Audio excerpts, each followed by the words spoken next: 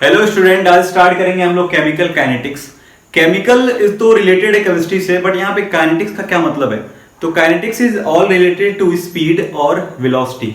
मतलब कहीं भी अगर स्पीड या वेलोसिटी की बात हो रही है किसी भी चीज की, तो उसको हम लोग पढ़ते हैं काइनेटिक्स के अंदर। अब यहाँ पे केमिकल काइनेटिक्स का क्या मतलब है? मतलब यहाँ पे हम लोग किसी केमिकल रिएक्शन की स्पीड या उसके वेलोसिटी के बारे में पढ़ेंगे।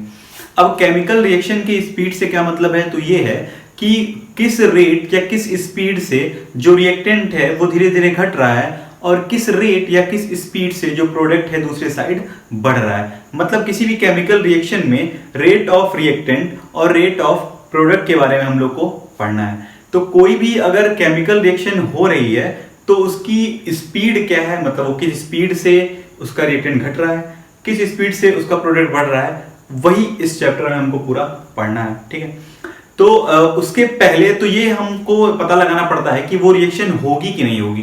मतलब कोई काम हम करने जा रहे हैं तो होगा कि नहीं होगा, तो पहले तो ये जान लें। तो कोई केमिकल रिएक्शन होगी कि नहीं होगी तो वो इस चैप्टर में तो पढ़ना नहीं, वो हम लोग पढ़ते हैं थर्मोडायनेमिक्स में। और अगर कोई केमिकल रिएक्शन हो रही है तो उसकी स्पीड क्या है वही इस चैप्टर में पढ़ेंगे, जिसका नाम है केमिकल काइनेटिक्स। तो केमिकल काइनेटिक्स की जो ओवरऑल डेफिनेशन है वो ये है कि it is the branch of chemistry which deals with the speed या rate of reaction and the factor affecting it. मतलब केमिकल काइनेटिक्स वो ब्रांच है केमिस्ट्री की जो डील करती है विद स्पीड ऑफ रिएक्शन, मतलब रिएक्शन की स्पीड क्या है, और एक चीज से और डील करेगी एंड फैक्टर अफेक्टिंग इट, मतलब उसकी स्पीड या उसकी रेट को कौन अफेक्ट कर रहा है, मतलब या तो बढ़ा रहा होगा या तो घटा रहा होगा। तो ओवरऑल केमिकल काइनेटिक्स चैप्टर में हमको यही पढ़ना है कि कोई भी रिएक्टेंट किस स्पीड से घट रहा है और कोई भी प्रोडक्ट किस स्पीड से बढ़ रहा है और उसकी स्पीड को घटाने और बढ़ाने के कौन कौन से फैक्टर हैं। तो आइए देखते हैं फिर नेक्स्ट टॉपिक। तो जो स्पीड के बेसिस पे रिएक्शन को क्लासिफाई किया गया है वो तीन टाइप में किया गया है। पहला है कि या तो रिएक्शन वेरी फास्ट है, वेरी फास्ट रिएक्शन, दूसरा है वेरी स्लो रिएक्शन और तीसरा है मॉडरेट रिएक्शन। मतलब स्पीड के बेसिस पे रिएक्शन को तीन कैटेगरी में बांटा गया है।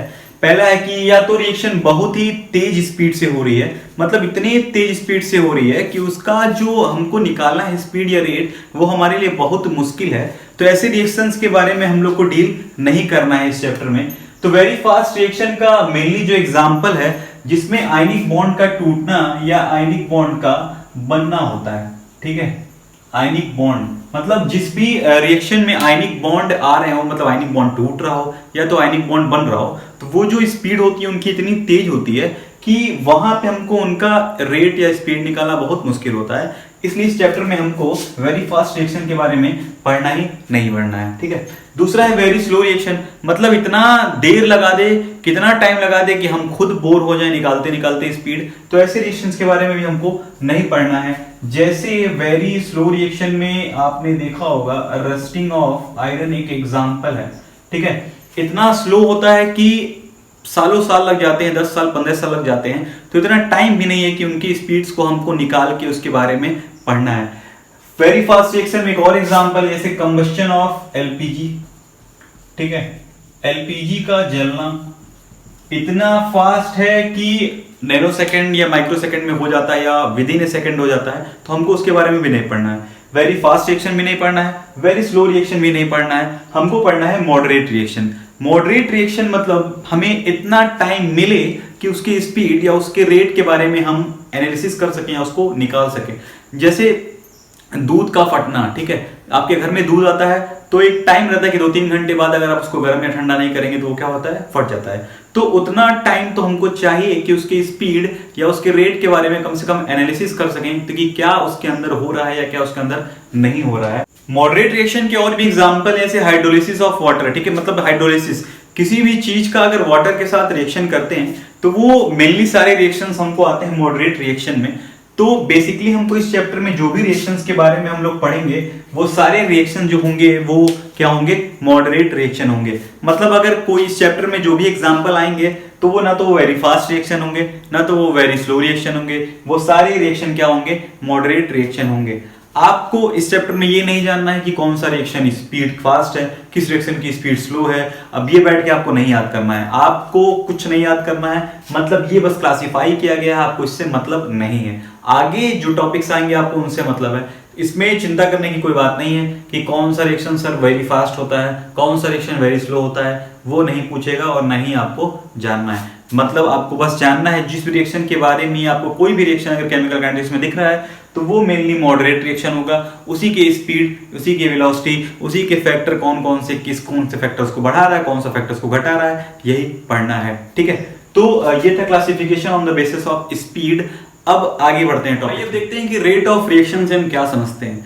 ठीक है, रेट का मतलब होता है कि change in any quantity with respect to time. मतलब किसी भी क्वांटिटी में अगर चेंज हो रहा है और टाइम के रिस्पेक्ट में तो उसको बोलते हैं रेट। अब किसी केमिकल रिएक्शन में क्या मतलब है रेट ऑफ रिएक्शन का, तो है कि change in any quantity with respect to time and for chemical reaction जो चेंज होगा क्वांटिटी में वो क्वांटिटी होनी चाहिए या तो वो कंसंट्रेशन होगा या तो कोई गैस है तो उसका प्रेशर होगा, और किसका होगा, या तो वो रिएक्टेंट का होगा या प्रोडक्ट का होगा पर यूनिट टाइम। मतलब change in any quantity with respect to time and for chemical reaction the change in quantity is concentration and pressure of reactant and product per unit time.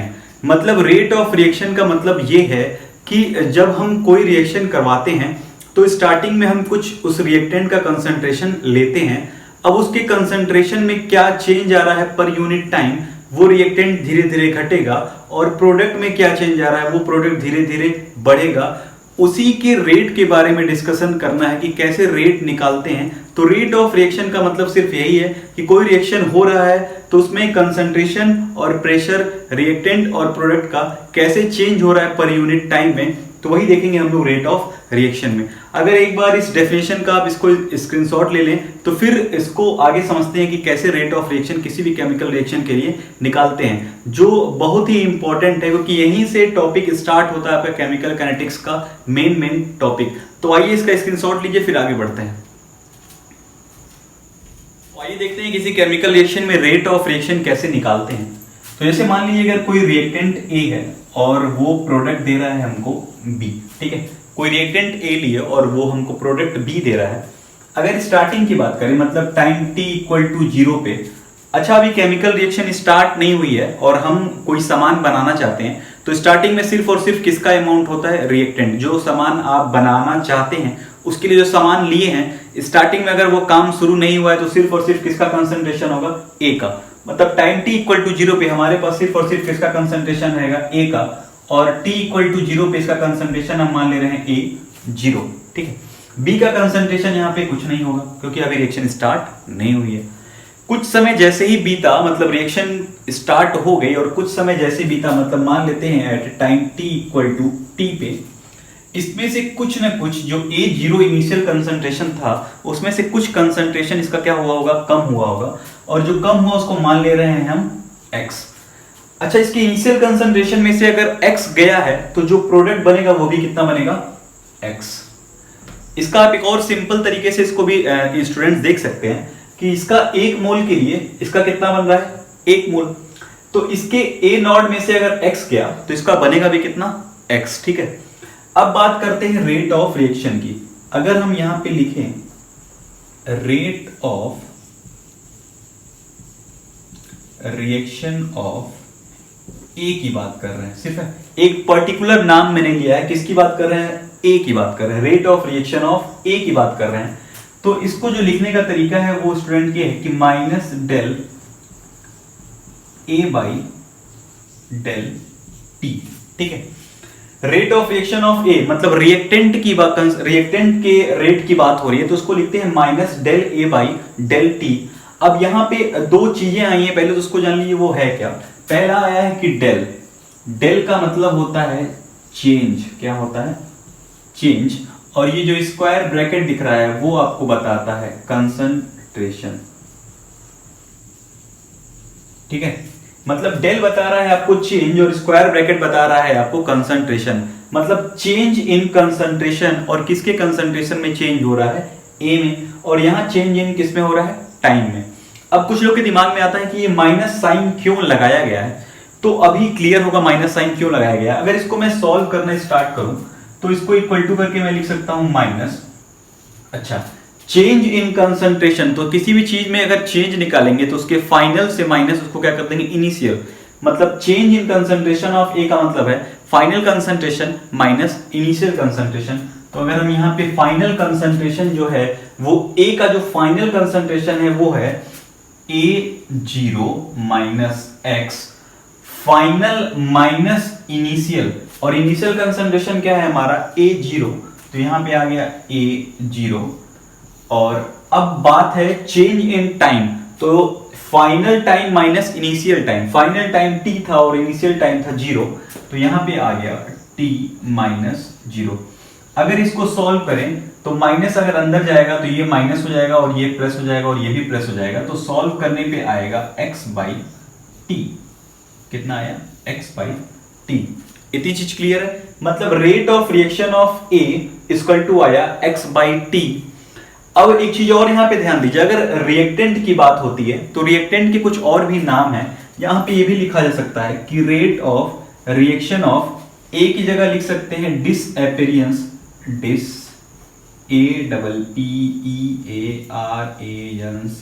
डिसएपेरियंस of A. मतलब जो A है वो धीरे धीरे क्या हो रहा होगा? डिसअपियर हो रहा होगा, खत्म हो रहा होगा। एक और बोल सकते हैं कि rate of consumption, CONSUMPTION, rate of consumption of A, मतलब A जो है वो धीरे धीरे कितना कंज्यूम हो रहा होगा। ठीक है, तो rate of reaction of A equal to होता है minus del A by del T. अब बताना था मुझे कि ये माइनस कहां से आया या क्यों माइनस लेते हैं। अब देखिए, जो डेल का मतलब है चेंज, चेंज का मतलब है कि final concentration minus initial concentration. अच्छा, हमारे पास जो फाइनल कंसंट्रेशन, अगर हम A की बात करें रिएक्टेंट की, तो आप खुद सोच के बताइए कि उसका फाइनल कंसंट्रेशन ज्यादा होगा कि उसका इनिशियल कंसंट्रेशन। मतलब अगर आपको पूड़ी बनाना है तो जो आटा है उसका कंसंट्रेशन स्टार्टिंग में ज्यादा होगा कि जब आधा पूड़ी बन चुका होगा तब उस आटे का कंसंट्रेशन ज्यादा होगा। तो सिंपल सी बात है कि स्टार्टिंग में ज्यादा होगा, लेकिन हम यहाँ पे जो फॉर्मूला लगाते हैं उसमें फाइनल माइनस इनिशियल करते हैं। मतलब फाइनल का जो कंसंट्रेशन है वो कम होगा और इनिशियल कंसंट्रेशन ज्यादा होगा, मतलब छोटे से बड़े को माइनस करते हैं। इसीलिए हम लोग पहले ही माइनस लगा देते हैं कि रेट जो है वो हमारा क्या है? पॉजिटिव में आए। अगर ये माइनस हम नहीं लगाते तो ये ए नॉट कट जाता और आंसर आता माइनस एक्स बाई टी, और रेट कभी रेट कभी निगेटिव नहीं हो सकता। अब हम ये नहीं बोलेंगे कि हम -50 की स्पीड से गाड़ी चला रहे हैं, ठीक है? तो रेट जो होता है वो हमेशा पॉजिटिव होता है। इसलिए जब भी rate of reaction of reactant का लिखेंगे, किसी भी रिएक्टेंट का जब रेट लिखते हैं तो उसके आगे क्या लगाते हैं? माइनस साइन लगाते हैं। तो ये तो बात हुई rate of reaction of A, या इसको बोल सकते हैं rate of disappearance of A, या इसको बोल सकते हैं rate of consumption of A. तो वो जो आया वो आया x by T, formula minus del A by del T, मतलब final concentration minus initial concentration divided by final time minus initial time. अब ये आ गया रिएक्टेंट की बात, रिएक्टेंट की बात हो गई ए का। अब बात करते हैं बी की बात, मतलब rate of reaction of B की बात करते हैं। तो अगर इतना हो गया हो तो इसका एक बार स्क्रीनशॉट लीजिए या तो कॉपी में नोट कर लीजिए आप लोग। तो अब हम लोग देखेंगे rate of reaction of B. B मतलब प्रोडक्ट की बात हो रही है, तो जो प्रोडक्ट के लिए फॉर्मूला आता है वो आता है del B by del T. यहां पे हम लोग माइनस नहीं लगाते हैं। क्यों नहीं लगाते हैं? क्योंकि प्रोडक्ट का जो कंसंट्रेशन है वो फाइनल में ज्यादा होगा और इनिशियल में क्या होता है? कम या कुछ नहीं होता है, तो यहां पे माइनस नहीं लगाते हैं। अब इसके आगे अगर हम लोग फॉर्मूला लिखेंगे तो होगा final concentration minus initial concentration. तो प्रोडक्ट का जो फाइनल कंसंट्रेशन है वो कितना है? x है, माइनस प्रोडक्ट का इनिशियल कंसंट्रेशन कुछ नहीं है 0, डिवाइडेड बाई प्रोडक्ट का जो फाइनल टाइम था वो था t और माइनस इनिशियल टाइम तो t, तो ये भी आया x बाई टी। ठीक है, तो जो rate of reaction of B आया, मतलब जो rate of reaction of product आया वो भी आया x बाई टी। अच्छा, rate of reaction of B को आप अगर मान लीजिए कोई प्रोडक्ट के बारे में बात कर रहा है तो प्रोडक्ट के भी कई नाम है। जैसे आप यहां लिख सकते हैं rate of appearance of B भी लिख सकते हैं। ठीक है, अपीयरेंस मतलब अपीयर हो रहा है, बी धीरे धीरे अपीयर हो रहा है। तीसरा नाम ये भी लिख सकते हैं कि rate of production of B. ठीक है, तो बुक में ऐसे कई नाम दिए होंगे तो इसको कंफ्यूज नहीं होना है, ये सारे एक ही चीज है। या तो rate of reaction of B बोलिए, या सिर्फ रेट ऑफ बी भी बोल सकते हैं, या rate of appearance of B, या rate of production of B. तो जो rate of reaction of A और जो rate of reaction of B आया है वो दोनों की वैल्यू आई है x/t। ध्यान देने वाली यहाँ पे बात ये है कि जब भी rate of reaction of reactant का लिखेंगे तो इसके आगे हम लोग साइन लगाते हैं माइनस का। क्यों लगाते हैं माइनस का साइन? क्योंकि रेट कभी निगेटिव नहीं हो सकता और रिएक्टेंट में फाइनल कंसंट्रेशन जो होता है वो कम होता है as a comparison to initial concentration. तो इतनी चीज क्लियर है। रेट ऑफ रिएक्टेंट का भी लिखा गया, रेट ऑफ प्रोडक्ट का भी लिखा गया। अब ओवरऑल रेट ऑफ रिएक्शन लिखना है, ठीक है। कहने का मतलब ये है कि अगर कोई ट्रेन चल रही है तो उसके अंदर जो लोग बैठे हैं उनका अलग स्पीड हो सकता है। कोई हो सकता है ट्रेन में ही दौड़ रहा है इधर उधर, कोई हो सकता है बैठा हो, कोई हो सकता है सो रहा हो, कोई धीरे धीरे चल रहा हो। तो मतलब ट्रेन के अंदर की जो लोग हैं उनकी स्पीड जो है अलग अलग हो सकती है, लेकिन जो ओवरऑल ट्रेन की स्पीड है अब उसको भी निकालते हैं। यहाँ पे रेट ऑफ ए अलग था या सेम ही आ गया, रेट ऑफ बी सेम ही आ गया। अब ओवरऑल रेट ऑफ रिएक्शन किस स्पीड से चली है तो देखते हैं रेट ऑफ रिएक्शन। इसको एक बार नोट कर लीजिए। तो अब देखते हैं रेट ऑफ रिएक्शन क्या होगा अगर हम लिखें कि रेट ऑफ रिएक्शन, ठीक है। अब यहां पे किसी पर्टिकुलर रिएक्टेंट या प्रोडक्ट की बात नहीं हो रही है, ओवरऑल रिएक्शन की बात हो रही है। तो ओवरऑल रेट ऑफ रिएक्शन जो होता है वो होता है मतलब वो बराबर होगा minus del A by del T के, और वो भी इक्वल होगा del B by del T के, ठीक है। कहने का मतलब ये है कि जो ट्रेन चल रही है उसके अंदर के लोगों का स्पीड अलग हो सकता है, बट ओवरऑल जो ट्रेन की स्पीड होगी वो सबके लिए क्या होगी, बराबर होगी। तो जो रेट ऑफ रिएक्शन लिखते हैं वो आप rate of reaction of A equal to rate of reaction of B, मतलब minus del A by del T equal to del B by del T, और इन दोनों की वैल्यू जो आई है वो सेम आई थी, मतलब कितनी आई थी, x बाई टी। अब यहां पे एक छोटी सी बात और स्टूडेंट ध्यान देने वाली ये कि जब भी हम रेट ऑफ रिएक्शन की बात करेंगे किसी पर्टिकुलर ए या बी या रिएक्टेंट या प्रोडक्ट की नहीं, किसी ओवरऑल रेट ऑफ रिएक्शन की जब भी बात करते हैं तो यहां पे हम देखते हैं जो भी हमारा ये केमिकल इक्वेशन है उसके स्टोइकियोमेट्रिक कोफिशिएंट को ध्यान रखते हैं। तो यहाँ पे जो स्टोइकियोमेट्रिक कोफिशिएंट रिएक्टेंट ए का है वो कितना है, 1। तो जब भी हम रेट ऑफ रिएक्शन लिखते हैं तो इसको उसके स्टोइकियोमेट्रिक कोफिशिएंट से डिवाइड कर देते हैं, मतलब इसका स्टोइकियोमेट्रिक कोफिशिएंट 1 था तो इस ओवरऑल रिएक्शन को 1/1 से आगे क्या कर दिए, डिवाइड कर दिए। आप लिखो चाहे मत लिखो, बात यहाँ पे बराबर है। इसी तरह बी में भी इसके स्टोइकियोमेट्रिक कोफिशिएंट क्या है, 1, तो यहाँ पे हम 1 से क्या करेंगे, फिर इसको डिवाइड कर देंगे। आप लिखो चाहे यहाँ ना लिखो, बात बराबर है, क्योंकि यहाँ पे क्या है, यहाँ पे भी 1 है, यहाँ पे 1 है, और 1 से डिवाइड करेंगे तो कोई फर्क नहीं पड़ेगा। लेकिन ये बात आपको ध्यान में रखनी है कि जब भी हम रेट ऑफ रिएक्शन की बात करेंगे, पूरे रेट ऑफ रिएक्शन की बात करेंगे, तो वहां पे स्टोइकियोमेट्रिक कोफिशिएंट से क्या करते हैं, डिवाइड करते हैं। और जब किसी पर्टिकुलर रिएक्टेंट की बात या प्रोडक्ट की बात करेंगे तो हम स्टोइकियोमेट्री से हमको कोई मतलब नहीं है, ठीक है।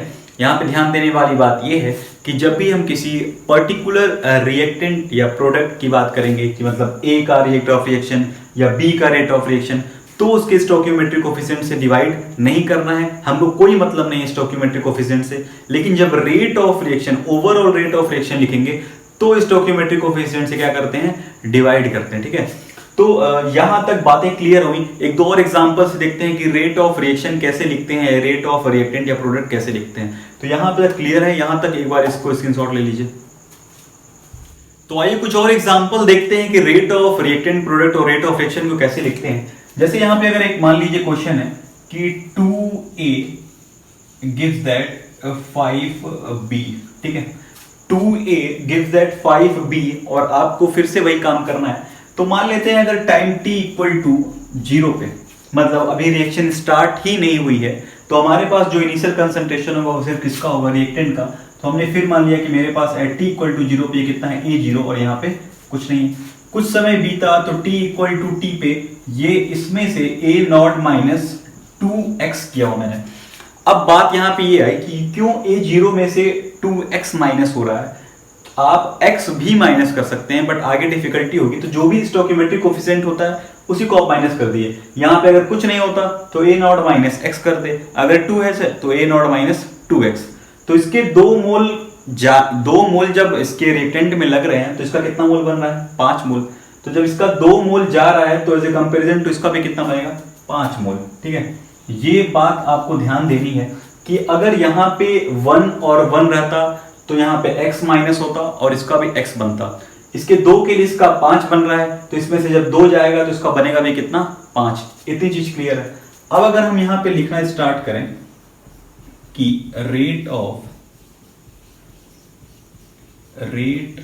रिएक्शन ऑफ ए की बात कर रहे हैं, ठीक है, सिर्फ यहाँ पे किसकी बात कर रहे हैं, पर्टिकुलर ए की बात कर रहे हैं, तो जो लिखा जाता है वो लिखा जाता है minus del A by del T equal to minus. अब माइनस बाहर लिख लिए। अब यहां पे जो चेंज हो रहा है कंसंट्रेशन में वो होगा final concentration minus initial concentration. तो फाइनल कंसंट्रेशन कितना है, A0 माइनस 2x, मतलब A0 minus 2x minus initial concentration. Minus initial concentration कितना है, A0, तो यहां पे आ गया A0 change in time t minus 0, तो नीचे आया t माइनस 0। अब यहां पे अगर देखें हम लोग तो A0 से A0 कट जाएगा, ये माइनस जब अंदर आएगा तो बाहर जो आंसर आएगा वो आएगा 2x बाई टी। कितना आया, 2x बाई टी। मतलब rate of reaction of A जो आया वो कितना आया, 2x बाई टी। अब इसी तरह B की बात करें तो हम लिख सकते हैं rate of reaction of B, मतलब ये बात हो रही है किसकी, प्रोडक्ट की बात हो रही है, तो यहां पे माइनस का साइन नहीं लगेगा और ये आएगा del B by del T. यहां पे भी सेम होगा, final concentration minus initial concentration, तो इसका फाइनल कंसंट्रेशन कितना है 5x माइनस इनिशियल कंसंट्रेशन कितना है 0, नीचे टाइम t माइनस 0, तो ये आया 5x बाई टी। ठीक है, इतनी चीज क्लियर हो गई। अब यहां पे एक चीज हमको साफ साफ दिख रहा है कि जो rate of reaction of A है वो है 2x बाई टी और जो हमारा rate of reaction of B है वो है 5x बाई टी। मतलब दोनों का जो रेट है घुलने का और जैसे प्रोडक्शन बनने का वो दोनों अलग अलग है। मतलब ये दूसरी स्पीड से रिएक्शन में पार्टिसिपेट कर रहा है और जो प्रोडक्शन हो रहा है वो दूसरी स्पीड से हो रहा है। बट ऐसा हो सकता है कि ए दूसरे स्पीड से हो रहा हो और जो बी का बनने का स्पीड है वो दूसरे स्पीड से है। यहाँ पे दिख भी रहा है कि जब इसका 2 मोल जाएगा तो इसका कितना बनेगा 5 मोल। यहाँ पे जब इसका 2 मोल गया तो इसका बना भी कितना 5 मोल। इतनी चीज क्लियर है। बट जब इसका हम रेट ऑफ रिएक्शन लिखेंगे, अगर हम यहाँ बात करें रेट ऑफ रिएक्शन की, अब किसी पर्टिकुलर रिएक्टेंट या प्रोडक्ट की नहीं बात हो रही है, यहाँ पे सिर्फ और सिर्फ बात हो रही है ओवरऑल रेट ऑफ रिएक्शन की। तो अभी जस्ट इसके पहले हम लोग पढ़े हैं जो रेट ऑफ रिएक्शन होता है वो रिएक्टेंट और प्रोडक्ट का दोनों का इक्वल होता है, मतलब minus del A by del T equal to del B by del T. इसके पहले एक और छोटी सी बात हम ध्यान दिलवाए थे कि जब भी रेट ऑफ रिएक्शन लिखेंगे तो जो स्टोइकियोमेट्रिक कोफिशिएंट होता है उससे क्या करते हैं, डिवाइड करते हैं।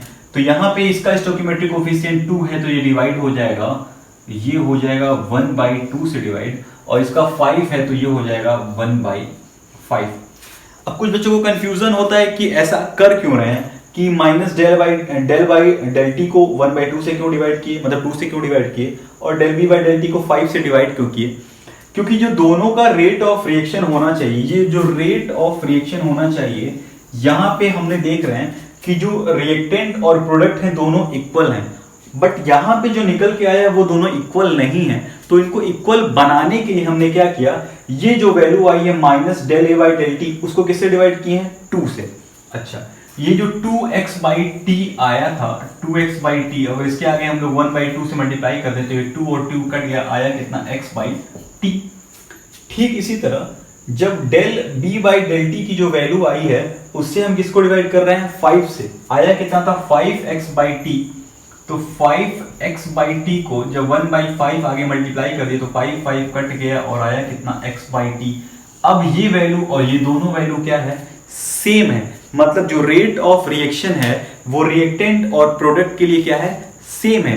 यही समझाना चाह रहे थे। अगर एक ट्रेन चल रही है तो वो जो ट्रेन चल रही है वो सबके लिए उसकी स्पीड क्या है, सेम है, बट जो अंदर लोग बैठे हैं उनकी स्पीड क्या हो सकती है, अलग अलग हो सकती है। तो यहाँ पे जो स्पीड थी दोनों की अलग अलग थी भी, बट दोनों को स्पीड सेम करने के लिए हमने इसके स्टोइकियोमेट्रिक कोफिशिएंट से क्या कर दिया, डिवाइड कर दिया।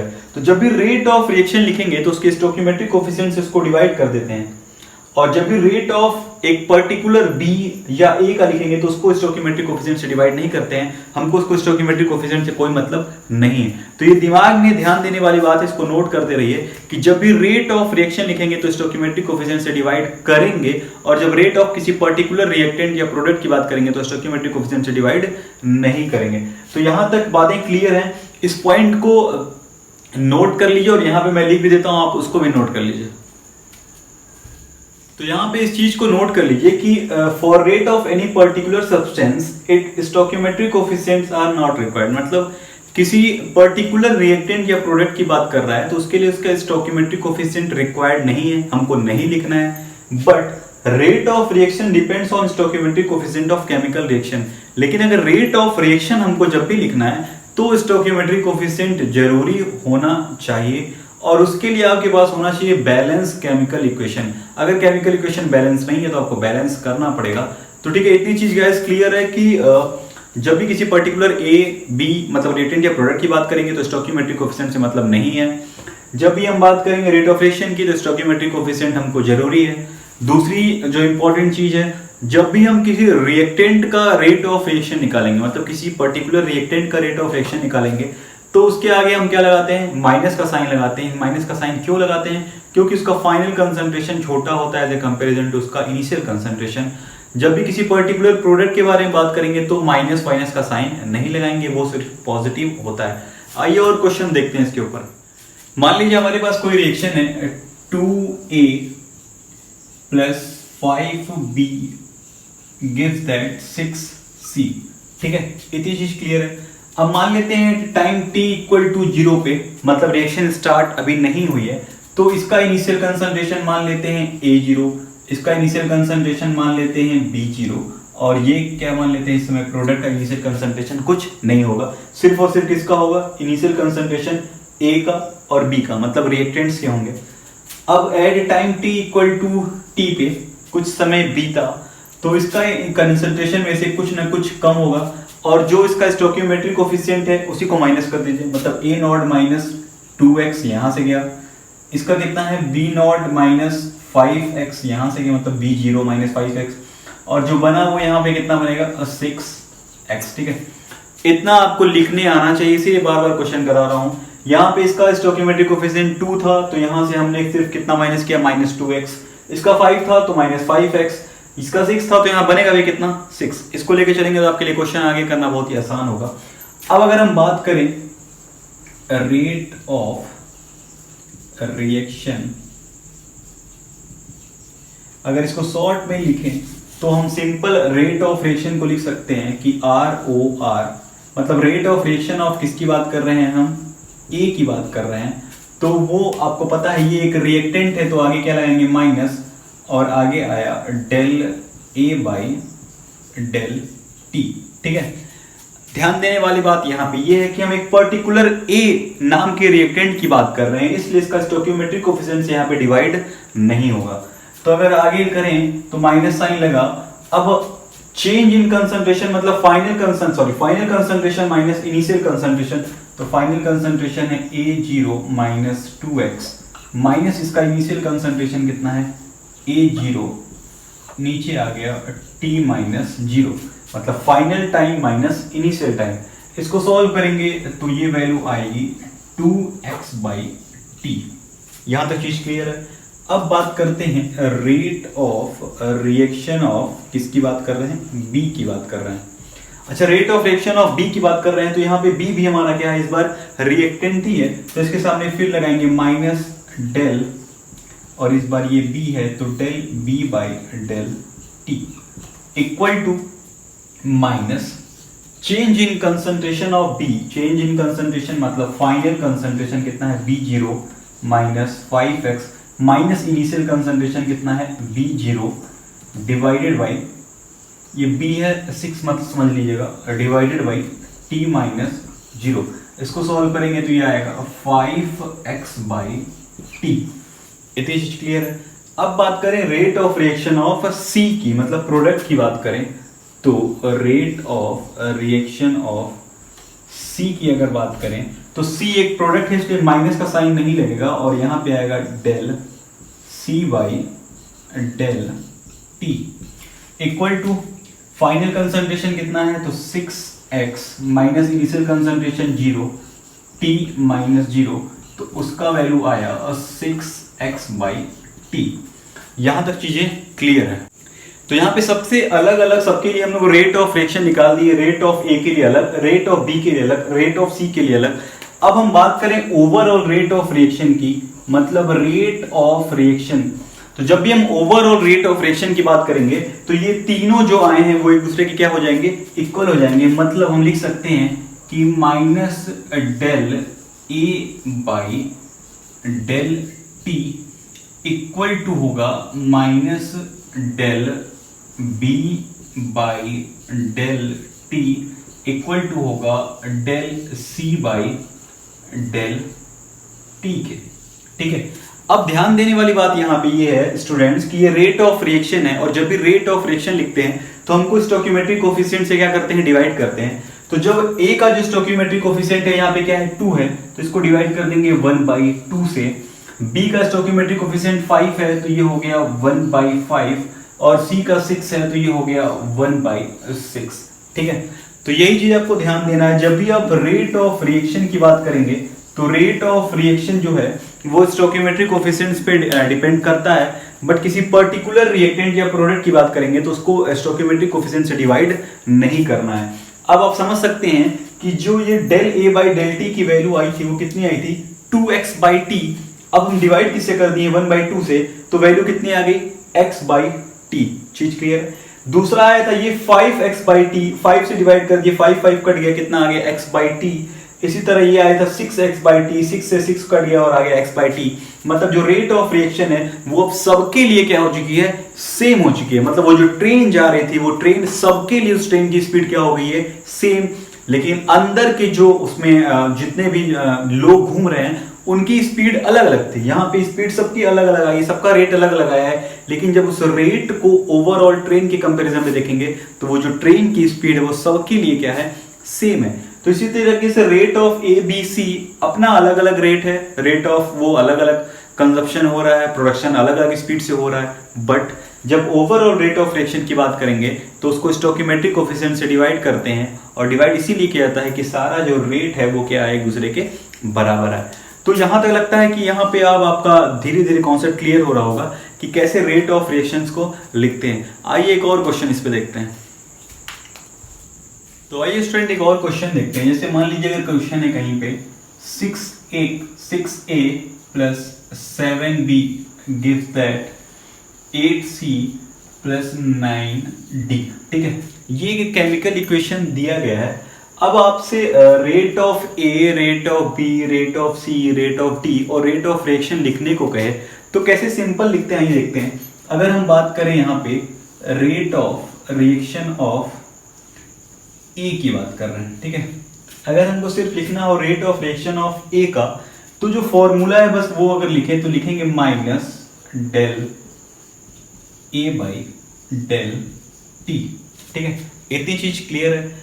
अगर इसी तरीके से हम कहें कि आपको लिखना है rate of reaction of B की बात करें, तो यहाँ पे फिर हम लिखेंगे, ये भी एक रिएक्टेंट है तो माइनस लगाए, माइनस डेल B/del T। इसी तरीके से कहा जाएगा रेट ऑफ रिएक्शन ऑफ सी का लिखें तो सी एक प्रोडक्ट है तो माइनस नहीं लगेगा और सिर्फ आएगा डेल C/del T। और इसी तरीके से अगर कहा जाए rate of reaction of D की बात करें तो डी भी हमारा क्या है, एक तरीके का प्रोडक्ट है, तो हम यह लिख सकते हैं डेल D/del T। ठीक है, इतनी चीज क्लियर है।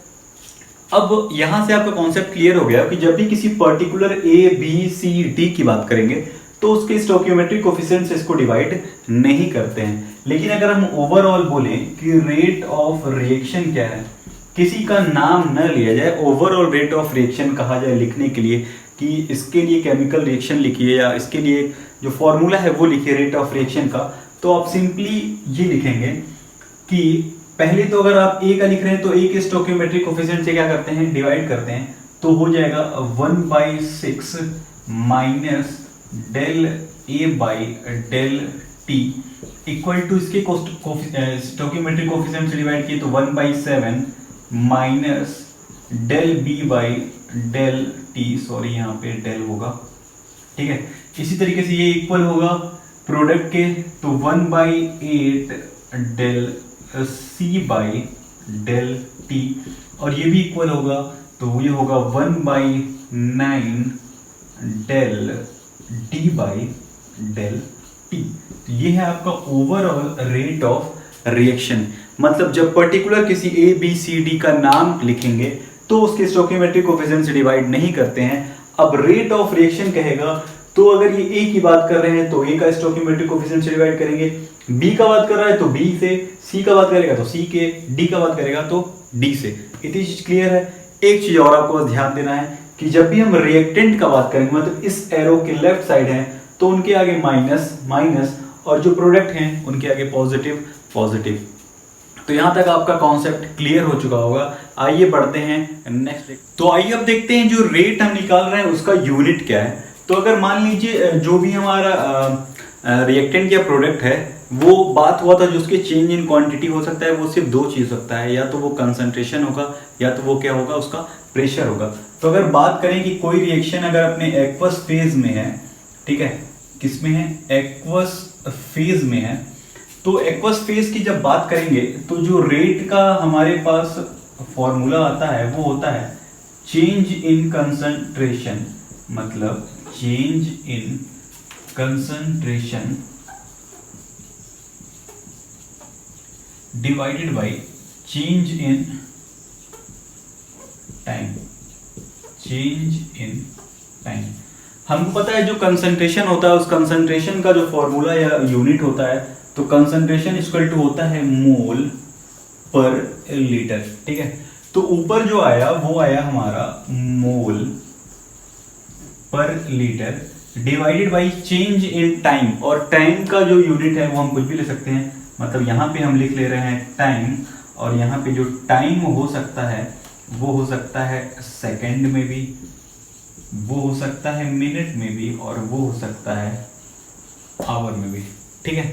मतलब जो रेट का एक्वस फेज में यूनिट आएगा वो आएगा मोल पर लीटर पर टाइम, ठीक है। इसको अगर और हम शॉर्ट में लिखे तो आप लिख सकते हैं मोल पर लीटर पर टाइम, ठीक है, मोल पर लीटर पर टाइम, और वो टाइम कुछ भी हो सकता है, सेकंड मिनट आवर, तो लिख सकते हैं मोल पर लीटर पर सेकंड, मोल पर लीटर पर आवर, मोल पर लीटर पर मिनट, ठीक है। इसी तरीके से अगर बात करें गैसियस फेज की, किसकी बात करें, गैसियस फेज की, तो जो हमारा रेट का फॉर्मूला होता है अभी भी वही है, रेट का फॉर्मूला कि change in concentration upon change in time. But gaseous phase के लिए पहले तो फॉर्मूला लिख लेते हैं, जो फॉर्मूला होगा वो होगा चेंज इन प्रेशर। क्या होगा, चेंज इन प्रेशर, क्योंकि जब गैसियस फेज का बात करेंगे तो यहाँ पे क्या आ जाता है, प्रेशर, और नीचे तो सेम ही होगा कि चेंज इन टाइम। तो प्रेशर की यूनिट जो भी दी रहेगी, आप मान लेते हैं अगर एटीएम दिया हुआ है तो एटीएम, और नीचे टाइम, तो फॉर जो यूनिट आ गई वो हो गई एटीएम पर टाइम, ठीक है। अब वो टाइम कुछ भी ले सकते हैं आप, सेकंड मिनट आवर, तो हो जाएगा एटीएम पर सेकंड, एटीएम पर मिनट, एटीएम पर आवर, या जो भी और टाइम की यूनिट्स होती हैं, ठीक है।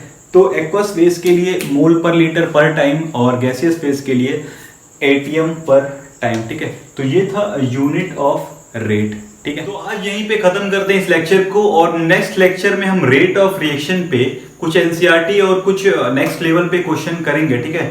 तो आज का लेक्चर यहीं पे खत्म करते हैं, नेक्स्ट लेक्चर में मिलते हैं और क्वेश्चन के साथ। तब तक के लिए आप सबको ऑल द बेस्ट।